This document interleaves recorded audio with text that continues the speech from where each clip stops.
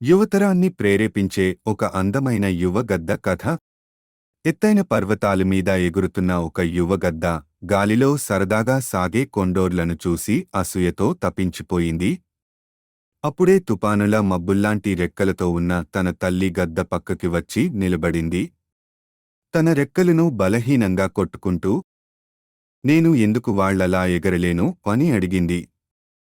నా అతి ప్రియమైన కుమారుడా, నీలో గద్దల స్ఫూర్తి ఉంది. కాని అది ఉపయోగించడం నేర్చుకోవాలి. కింద చూడు. యువగద్ద తన తల్లి చూపిన దిశలో చూసింది. కింద ఒక చిన్న ఎలుక రాళ్ల మధ్య పరుగులు తీస్తూ ఉంది. నువ్వు ఆ ఎలుకను చూసావా?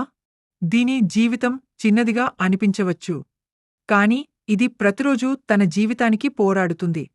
ప్రమాదాలను ఎదుర్కొంటుంది, ఆటంకాలను దాటుతుంది, మరియు అసలు ఓడిపోదు. యువగద్ద ఆసక్తిగా చూస్తూ ఉండిపోయింది. కొన్నిసేపటి తర్వాత ఎలుక చాలా కష్టపడి పరుగెత్తి చివరకు ఒక రుచికరమైన మిడతను పట్టుకుంది. ఇవన్నీ చూసిన తర్వాత చిన్న గద్ద తన తల్లితో, కాని నేను గద్దను, ఎలుకను కాదు. నేను మిడతలను కాకుండా పెద్దగా వేటాడాలి కదా.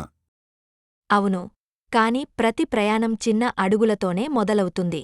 ముందుగా గాలిని ఎలా ఉపయోగించాలో నేర్చుకో. నీ రెక్కల కింద గాలిని ఎలా అనుభవించాలో అర్థం చేసుకో. అభ్యాసమే పరిపూర్ణతను తెస్తుంది. ఇతరులతో పోల్చుకోవద్దు.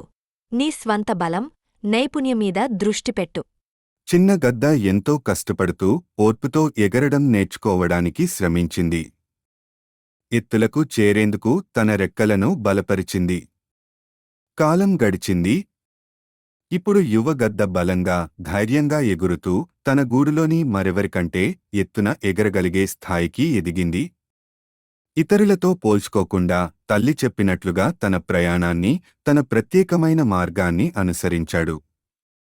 ఎంతో కష్టం, దీక్ష, ఓర్పుతో చిన్న గద్ద శక్తివంతమైన పెద్ద గద్దగా మారింది. ఇప్పుడు అది భారీ జంతువులను సులభంగా వేటాడుతూ అందరిలోకంటే శక్తివంతంగా మారింది.